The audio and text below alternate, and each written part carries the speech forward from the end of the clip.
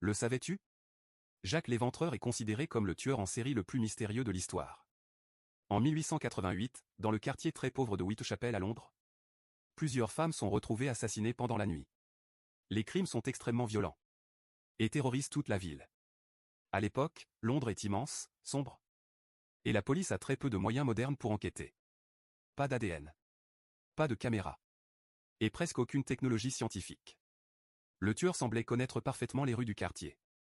Il frappait rapidement, puis disparaissait avant l'arrivée de la police. Très vite, les journaux commencent à parler d'un mystérieux assassin appelé Jacques l'Éventreur. Ce surnom viendrait d'une lettre envoyée à la police par quelqu'un prétendant être le tueur.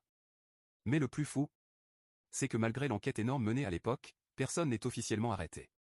Pendant plus de 100 ans, des dizaines de théories apparaissent. Un médecin, un boucher, un aristocrate, ou même une personne liée à la famille royale selon certaines rumeurs. Mais récemment, une nouvelle théorie a relancé l'affaire. Des chercheurs affirment avoir identifié Jacques l'Éventreur grâce à de l'ADN retrouvé sur un vieux châle qui aurait appartenu à une victime. Selon eux, le principal suspect serait Aaron Kosminski, un barbier polonais vivant à Londres en 1888. À l'époque déjà, certains policiers le soupçonnaient. Mais beaucoup d'experts critiquent encore cette découverte. Pourquoi?